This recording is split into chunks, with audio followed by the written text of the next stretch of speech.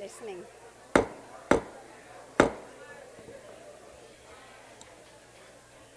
Would everyone please take their seats?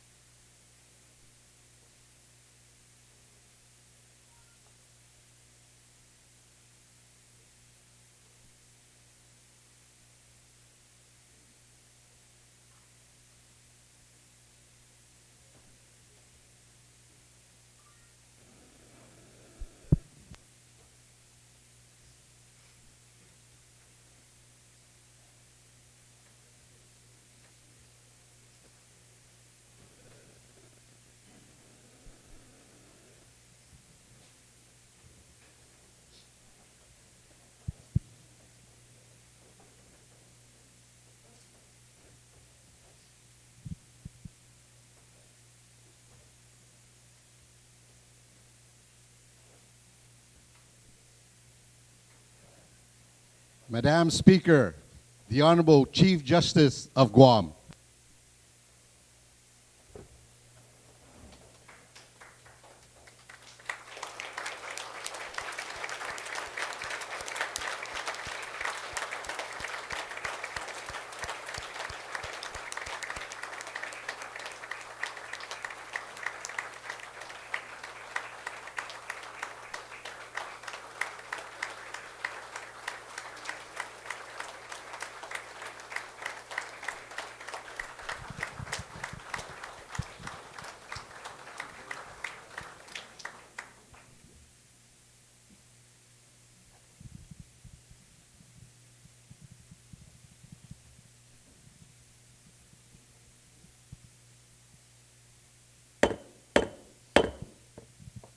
Iminatente dos, na legislaton Guahan is called to order.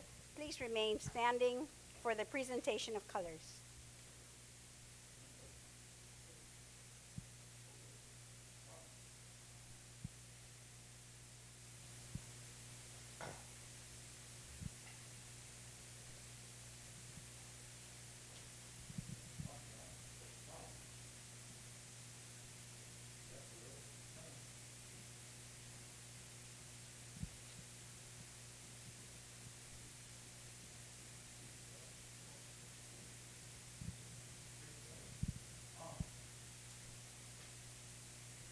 Oh, say, can you see by the dawn's early light what so proudly we hailed at the twilight's last gleaming, whose broad stripes and bright stars through the perilous fight.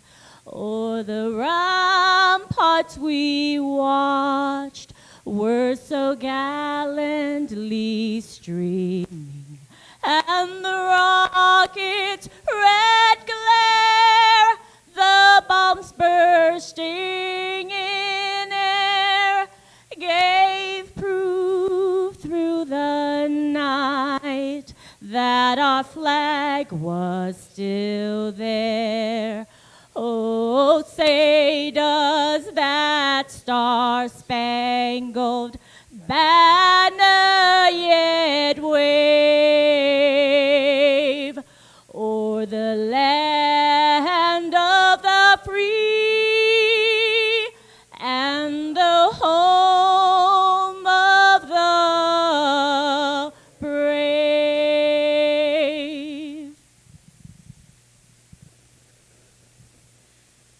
Fanogita moru purita nota kanta matunanya gitodu ilugar para y honra, para y gloria, viva islas en parar. Para y honra, para y gloria, viva islas en parar. Todo y tiempo y paz para hitat zangin y langit na bendición. Contra el peligro na fansafuham, Zeus protegis lan Guam. Contra el peligro na fansafuham, Zeus protegis lan Guam.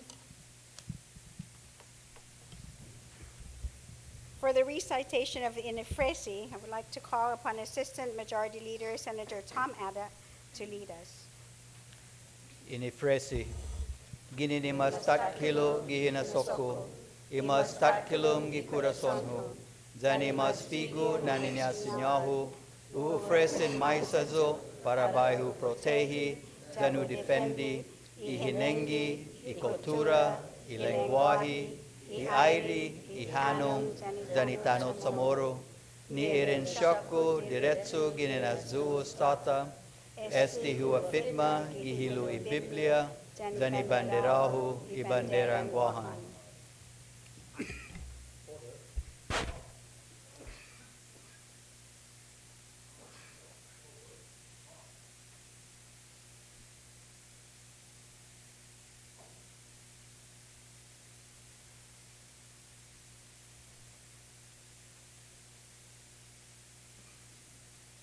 Please remain standing as I call upon Reverend Augustine Gumatauto, our legislative chaplain, to deliver the invocation.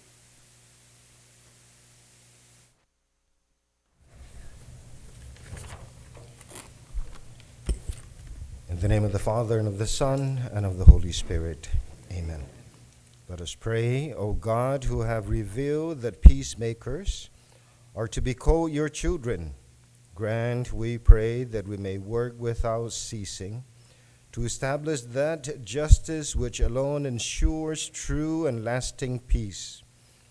We ask you, Lord, to guide those whom you have chosen to make decisions by settling disputes and by helping those who seek justice and fairness in your land. Grant those whom you have chosen the wisdom to be compassionate of heart in their decisions. We ask this through your Son, our Lord Jesus Christ, who lives and reigns with you in the unity of the Holy Spirit, one God, forever and ever. In the name of the Father, and of the Son, and of the Holy Spirit. Amen. Please be seated.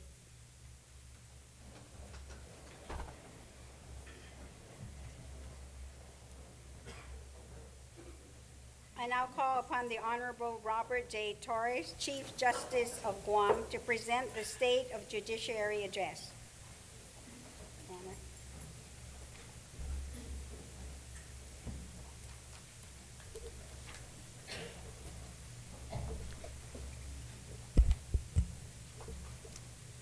Hafaday. Governor Eddie Baza Calvo, members of Iminatrenta Dos na Legislatura en Guahan, members of the Councilor Corps, the Mayor's Council, my Mayor Dale Alvarez from Santa Rita, representatives of our armed forces, former Governor Felix Camacho, Father Gus Gumatautau, Justice Carbolito, Presiding Judge Lamarena, Judge Barcinas, Judge Socola, Judge Bordallo, Judge Perez, Canto, Senzon, Judge Pro Tem Anderson, Magistrate Judge Tolentino, Referee Cisan, and Referee Ingalls. Judge Gatewood and Judge Manabusan are both off island and sent their regrets. Justice Merriman left this morning to represent me at the 13th annual national meeting of the State Access to Justice Chairs, and so she's not here tonight. I also want to acknowledge my family, the Torres, Cruz, and Camacho families, and of course my court family, my court employees who are out there this evening. Thank you for coming. And I especially want to acknowledge my wife of 35 years, Mary.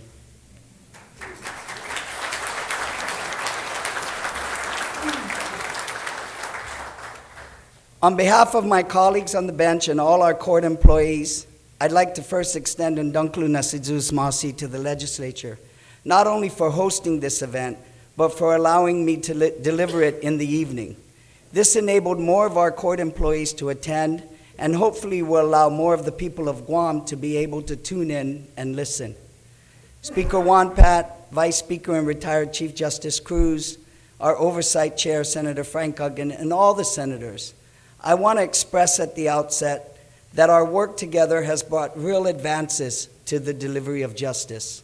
And I want to especially thank you for your unanimous support of Bill 244, now Public Law 147, which lapsed into law this week and appropriates funds to help stabilize the judiciary revenues after implementation of the COPS Act. Our dialogue really matters, and we function best as a government when we communicate closely with each other and apply ourselves cooperatively to the tasks at hand. It's been nearly 6 years since I first stood before you during my first term as Chief Justice and delivered my first State of the Judiciary.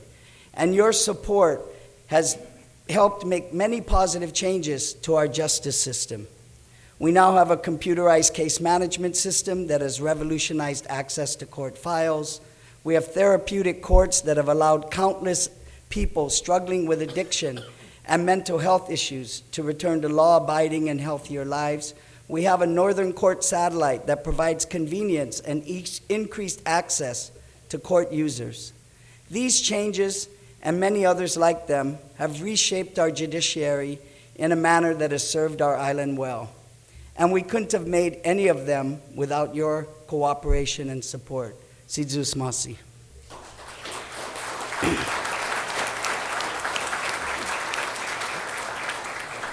The State of the Judiciary Address presents a welcome opportunity to highlight both the achievements of our branch and the challenges it faces. In recent years, our addresses have tended to focus on the financial constraints of our branch and on the need for additional resources to fulfill our constitutional mandates. And while I can't avoid the topic of money altogether, we are, after all, in the middle of a budget season, I'd like to instead spend most of my time tonight focusing on how we're trying to seize the opportunities to improve the way we do business.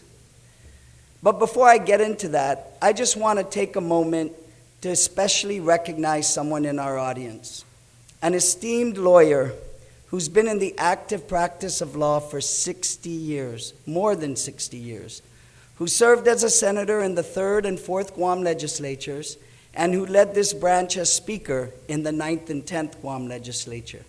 Ladies and gentlemen, the 2014 recipient of the Judiciary's Justicia Award, Attorney Joaquin C. Areola.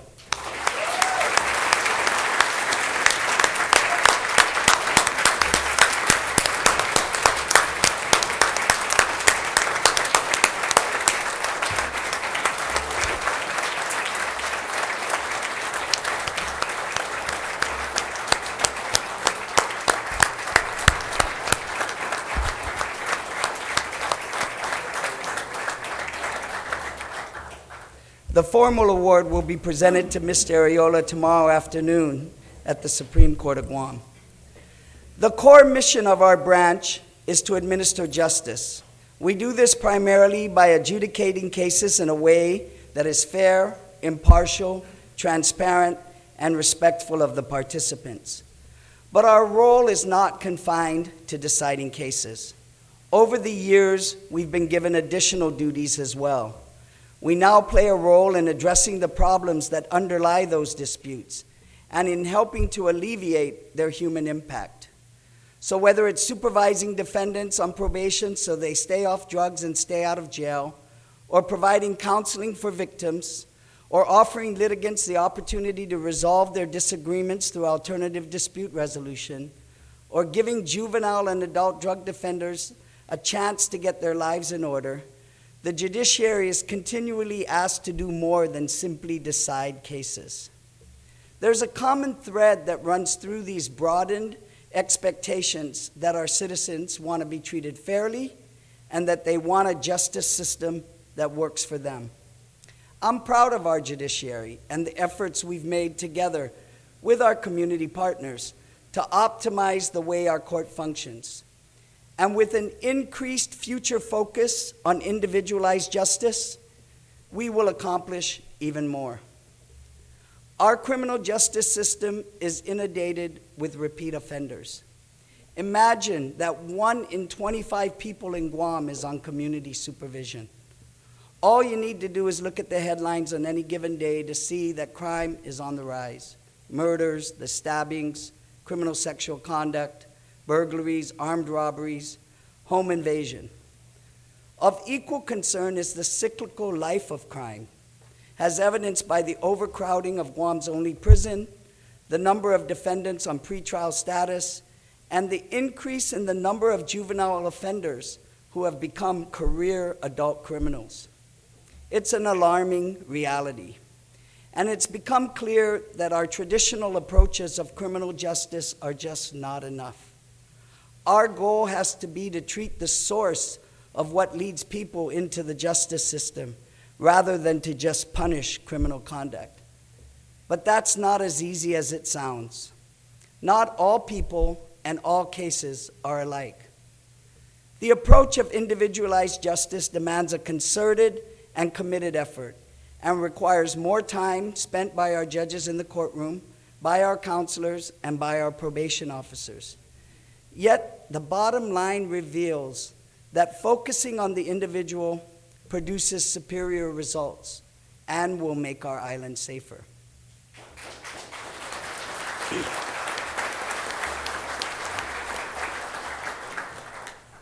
When United States Attorney General Eric Holder issued the new Department of Justice policy on charging and sentencing, he commented that equal justice depends on individualized justice, and smart law enforcement demands it.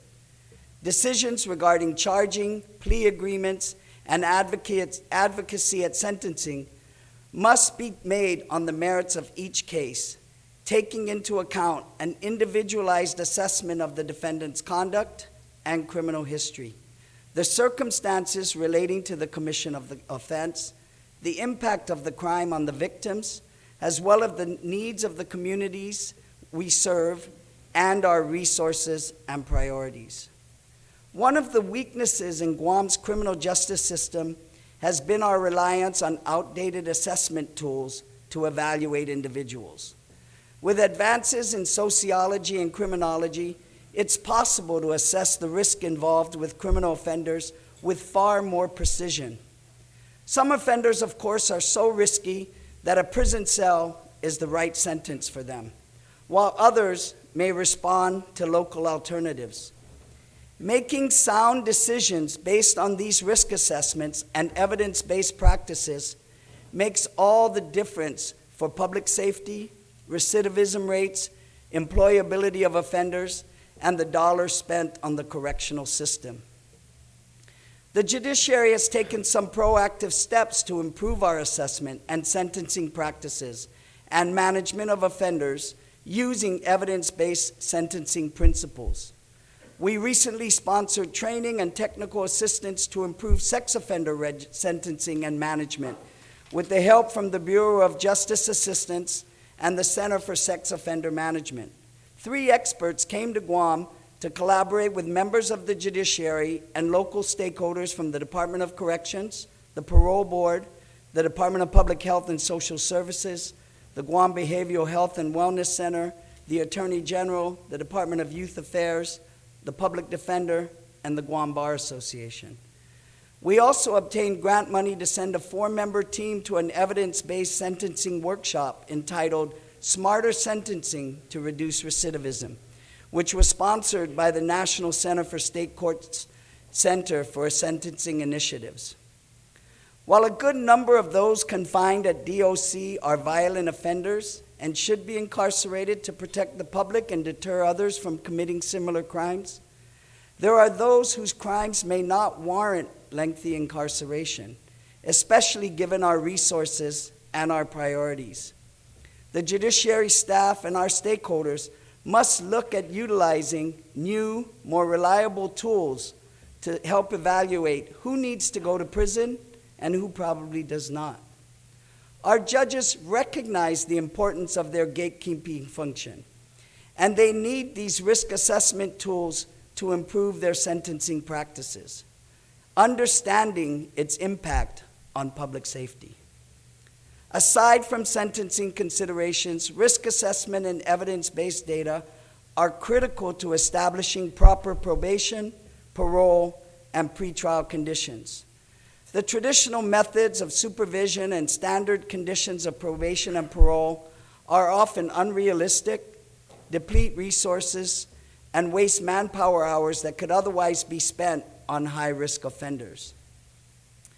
As part of our effort to advance the concept of individualized justice and improving sentencing, we applied for a community supervision grant to transform the criminal justice system's response to recidivism. By using data for evidence-based sentencing to determine the risk levels of probationers and parolees and implementing best practices in the treatment and education of these offenders, we will better reform the individual and better serve our network of stakeholders and the community as a whole. We're hopeful the program will soon receive a notice of funding, and the broader benefits to be realized from its implementation will be real and tangible. Lowered recidivism, which will relieve all affected agencies and our community from the dangers and the costs of repeat criminal offenses. Judges can and should use their power to sentence juvenile and adult offenders in a way that significantly reduces the likelihood that they'll again cause harm. But this power, the power to fix people rather than fill prisons, is a concept that is catching fire in criminal justice systems throughout the country. And it's my goal to see this concept grow in our local courts.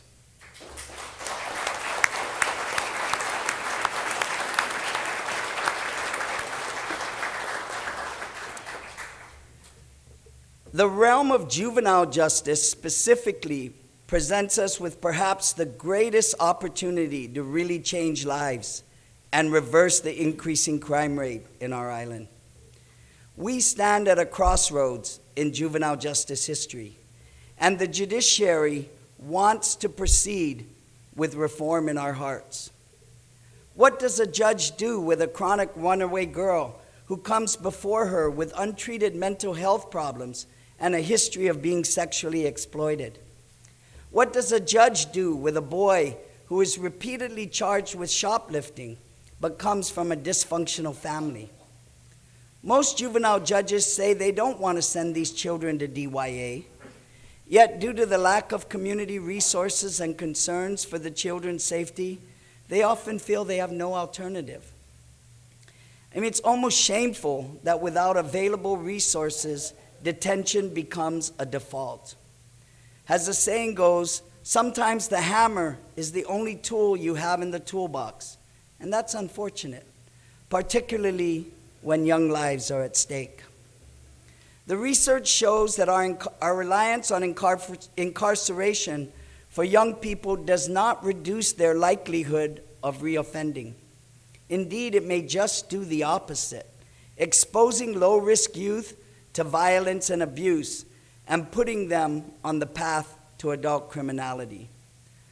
I believe that the percentage of adult offenders with prior juvenile records is further proof that our current practices aren't working the way we thought they would. At the same time, we have evidence of what does work. Community-based programs that offer mental health and substance abuse treatment, anger management programs, family counseling, education and employment programs, and probation supervision. Our juvenile courts can succeed in handling troubled youth who have not yet committed serious crimes when we make sure these resources are available and when we can intervene before it's too late. I'll soon be leading a Guam team which will participate in a juvenile justice reform summit developed by an advisory committee of national leaders in state courts and totally funded by the MacArthur Foundation. The summit will consist of a dynamic mixture of sessions designed to enable participants to share ideas and devise specific plans for improving the handling of our juvenile cases. Our court shares in the national goal of developing successful, practicable, and feasible models of system-wide reform, a reform effort that will strengthen our juvenile justice system by focusing on a variety of ways to reduce reliance on detention.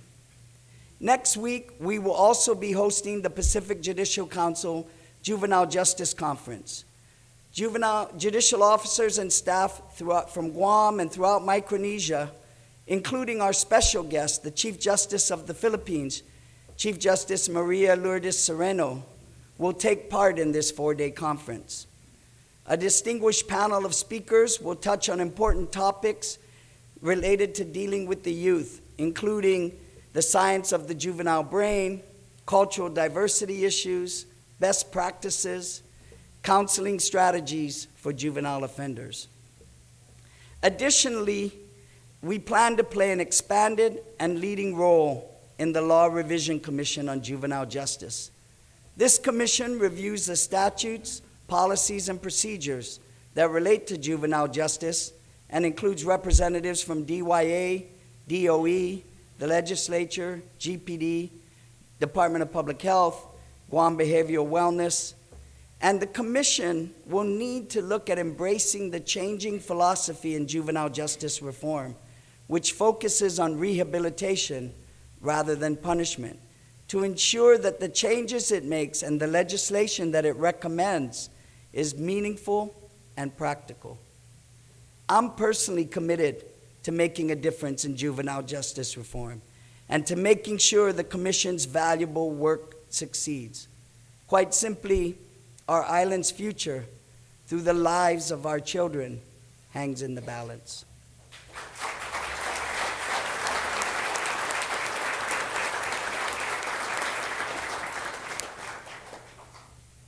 In keeping with the goal of restorative justice, the Judiciary is in the planning stages of a new specialty court, the Veterans Treatment Court, or VTC, which focuses on the rehabilitation and treatment rather than incarceration. Created specifically to help veterans who have been charged with a criminal offense, the VTC recognizes that this discrete group of offenders is special.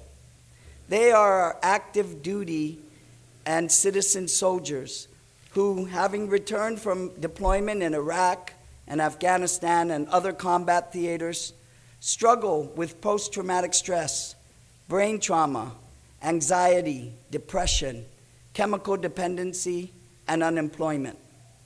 As they reacclimate to civilian lives, sometimes with great difficulty.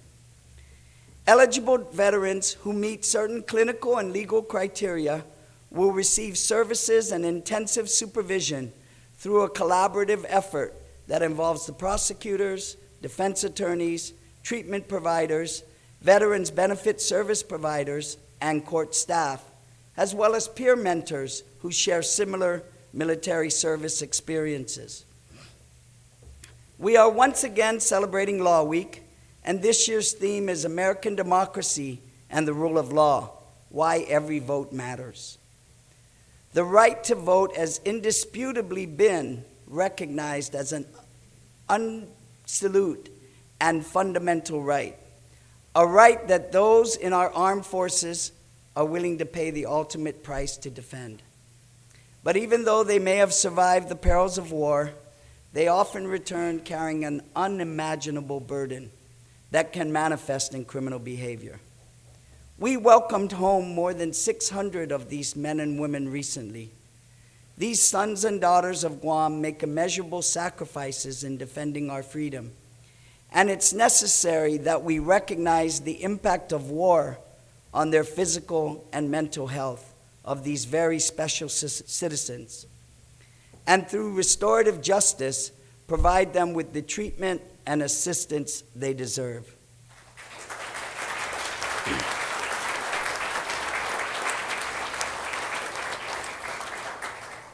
We're working in conjunction with the Veterans Affairs Community-Based Outreach Clinic, the Guam Vet Center, the Veterans Affairs Office, the Veterans Benefits Office, and the legislature with the goal of establishing the VTC by early 2015.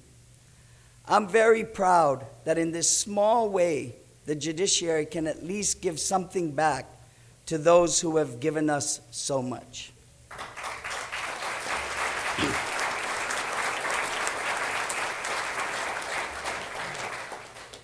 Yet with everything we try to do to help some of the most vulnerable members of our community, there's still a justice gap that we alone can't fill.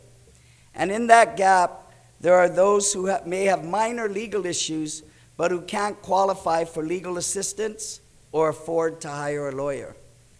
The idea of finding ways for non-lawyers to help pro se litigants is one that has only recently begun to emerge in the United States. I've heard it analogized to going to a clinic and being seen by a nurse practitioner or a physician assistant for minor run-of-the-mill ailments instead of incurring the time and expense of seeing a doctor. This arrangement has taken hold elsewhere in the common law world with great positive effects.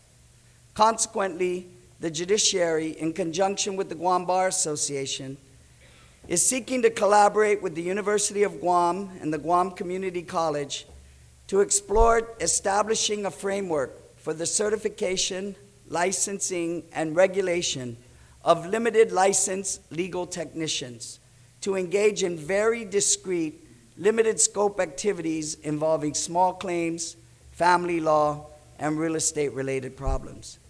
Clearly, there are many tasks that only a lawyer is authorized and should be authorized to do. There's no substitute for legal representation, and limited license legal technicians are not lawyers and would be prohibited from engaging in most activities that lawyers have been trained to provide. Nevertheless, we must acknowledge that there is a vast pool of people with certain legal problems who need assistance. Legal offices such as the Guam Legal Services, especially with their recent budget cuts, simply do not have the ability to serve the majority of those who need but cannot afford to find legal help. The establishment of a limited license legal technician program holds promise for narrowing the justice gap for low and moderate income people who have relatively small, uncomplicated legal issues involving small claims, family law, and real estate. In these cases, some level of individualized assistance and support and guidance will facilitate a timely and effective outcome.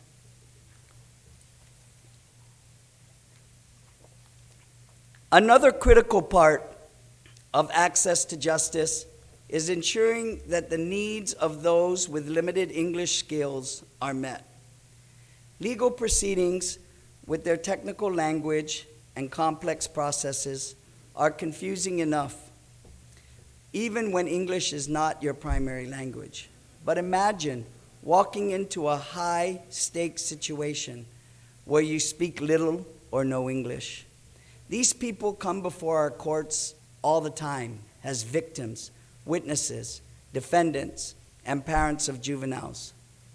Not only is it important that they be heard, but it's equally important that our judges, the attorneys, and jurors understand the testimony and arguments of non-English speakers so that justice can be served. As Guam's population increases in number and ethnic diversity, the need for interpreters is exploding. Our response to this need has been the creation of the Court Interpreter Registry Program. With a full-time staffer dedicated to coordinating requests for interpreters, scheduling appearances, and overseeing the program, the registry now includes 40 contracted interpreters in 15 languages and dialects, including American Sign Language. Those operating our Court Interpreter Registry Program have been working with other agencies to expand and develop our pool of interpreters. And we are going to be developing an interpreter certification program with the Guam Community College to begin this summer or in the fall. The trained interpreters are not only going to service the judiciary, but are going to be available to all the agencies who find themselves in need of interpreter services. This is something we can be proud of. If there's an area where the judiciary has proven itself capable of identifying an opportunity or a problem, devising a plan to address it, and executing on a plan, it's technology. In December 2013, we launched our e-payments. Now traffic and parking citations can be paid online, as can court-ordered fines and fees in criminal cases involving DUIs.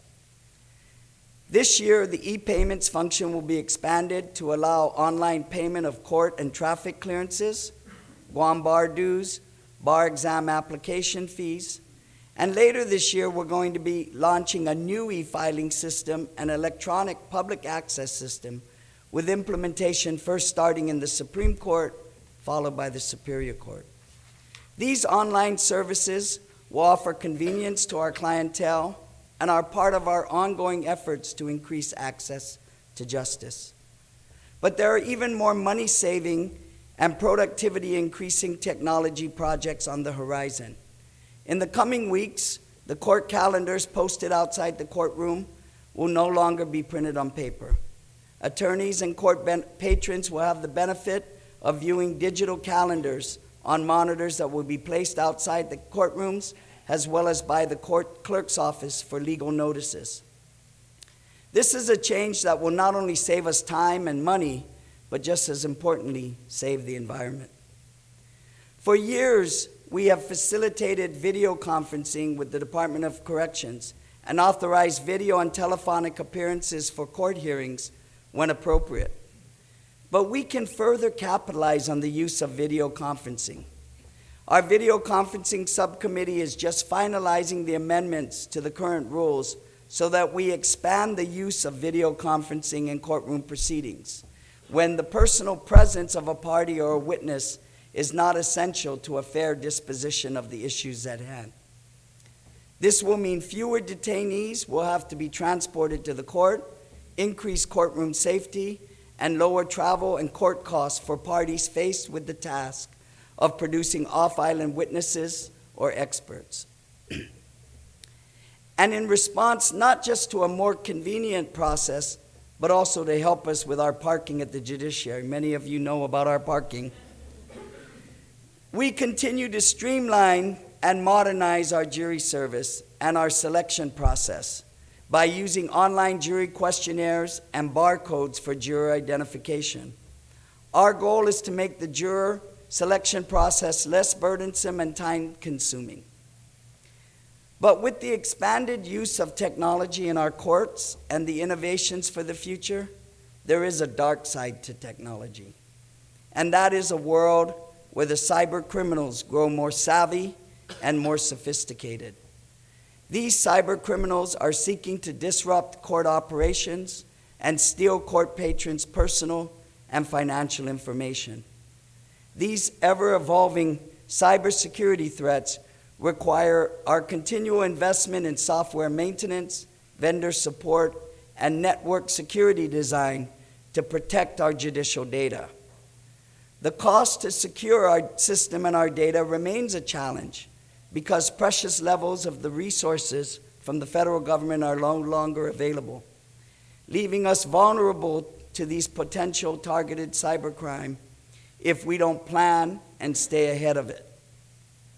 But security and safety are important not just for our systems and our data, but also for those who work in and visit our courthouse every day. Courts are often seen as important symbolic targets for those who want to wreak havoc or express discontent. Each day, disgruntled and even law-breaking citizens walk through our doors. At any given time, people who are charged with violent crimes or who are engaged in very intense emotional situations are all gathered together in one location. Courthouse violence, like cybercrime, is a recurring story. And like cybersecurity, courthouse security is a continuing challenge. Thankfully, there have been no tragic endings or major security breaches at our court itself, although we've had a couple of close calls. But we can't afford to wait until tragedy strikes. We must ensure we're adequately equipped to address these challenges in keeping our courthouses safe for the hundreds of people who come through our doors every day. And the fact of the matter is, our facilities are aging. Next year, our main courthouse will be celebrating its 25th anniversary since its opening. Our probation division, the courthouse that houses them and the Office of the Public Guardian, will be 45 years old. We're going to be competing for federal grant monies to try to repair the roof of our main courthouse, replace the automatic transfer switches for our generators and battery backups, and to reinforce our facility. And to repair our old courthouse, we're submitting a nomination to place the former Island Court building on the Guam Register of Historic Places.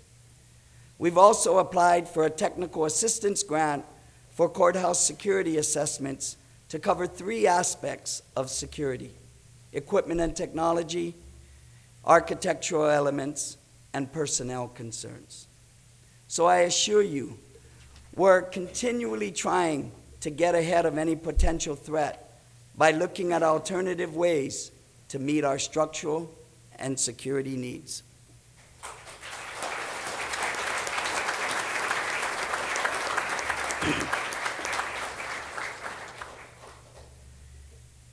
As I said when I began this address, I wanted to focus on the advances the judiciary's made in improving the way we do business, the business of administering justice. And I hope you have a better appreciation of our efforts. And while I didn't want to focus on the financial constraints or the state of the island economy, it's an inescapable fact that our budget is ultimately what makes it possible for us to do the work that we do. Now, I understand there may be a bit of debate between our sister branches as to the current financial condition of the government coffers, and I'll refrain from commenting on that. However, in the spirit of the budget season, it's my responsibility as the head of this branch to remind you of the critical function of our courts and the importance of funding the judiciary. You've heard it before from my predecessor, Chief Justice Carbolito, and even from me, that our courts are just not another line item in the government budget. We are the third branch of government and the last refuge of democracy. I won't belabor this point much more than to simply say this: justice is something that should never be rationed. The cost of attempting to do so will be far higher in the long run than the savings that can be realized now. We've submitted our budget to the legislature today. We sent it to Senator Ben Pangilinan, and our request was for an increase of $3.9 million. I can assure you that this increase is not based on a wish list or pie-in-the-sky hope. Indeed, nearly 60% of the additional funds we're requesting are needed just to cover the cost of our mandated personnel pay increases resulting from the COPS Act and the competitive wage implementation. Much of the remaining increase is attributed to our need to reinforce our security, both physical security and the security of our electronic data. The federal and JBF funds that we previously utilized to fund critical technical infrastructure needs are either no longer available or are now inadequate. In fact, JBF revenues have decreased by more than 20% over the last 3 years due to a marked reduction in the number of traffic citations that have been issued. I prevail upon the legislature to provide us with the funding necessary to both pay our mandated obligations and to continue the reforms and the improvements that we've begun. I assure you that as a continuing result of these reforms, our communities will be safer, the lives of juvenile and other offenders in our specialty courts will be turned around, and tax dollars will be saved by helping to reduce recidivism, with even more savings in the future by implementing smarter sentencing tools. This is reform we should all get behind.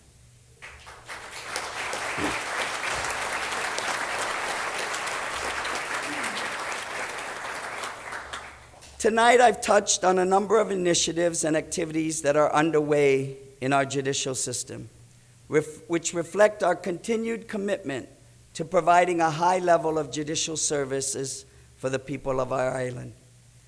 The role of the judiciary has evolved substantially over the years, from simply deciding cases to helping address the underlying problems and alleviate the impacts of those problems. We have embraced that broader role, and I believe we're doing it well. And in the midst of these changes, I ask you to reflect on the values of our system of government and the critical role that the judiciary plays in the lives of every citizen. The people of Guam can truly be proud of the judiciary's ability to adapt and modernize. And this is just the beginning.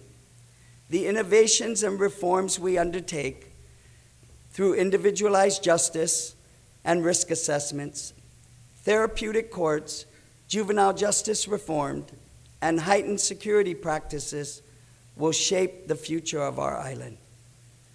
The state of the judiciary is motivated and optimistic about the future, and we look forward to a productive and meaningful working relationship with the executive and legislative branches as we prepare to meet the challenges we all must face together in the years ahead. Governor, senators, ladies and gentlemen, the people of Guam are better served when we come to the table and share ideas and concerns with as much information and as many perspectives as possible. We must recognize the need for the branches to work together to produce the well-functioning government that our people deserve. The genius of our form of government is that individually, none of us could begin to achieve what together we can and will accomplish.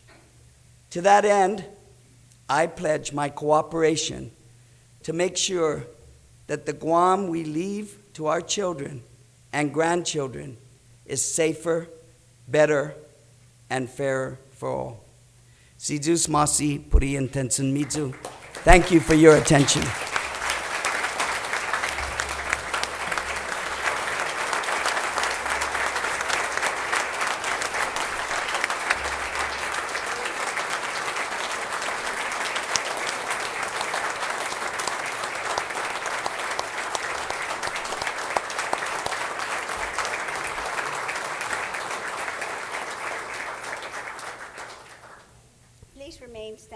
I call upon Reverend Augustine Gumatauto to deliver the benediction.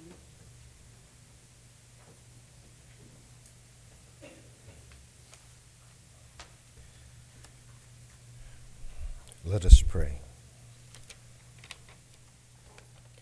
Almighty God and Father, we ask you to bless all who are here this evening. Bless all those who work for justice and truth. Bless all those who work for peace. Let us be mindful of those who are less fortunate and need to be defended for their due rights. Let us fight for those who are victimized by abuses and neglect. Forgive our faults and failings with your divine mercy. Bless our families and give us your protection from all danger, evil, and harm. And we ask this blessing in the name of the Father, and of the Son, and of the Holy Spirit. Amen. Please be seated.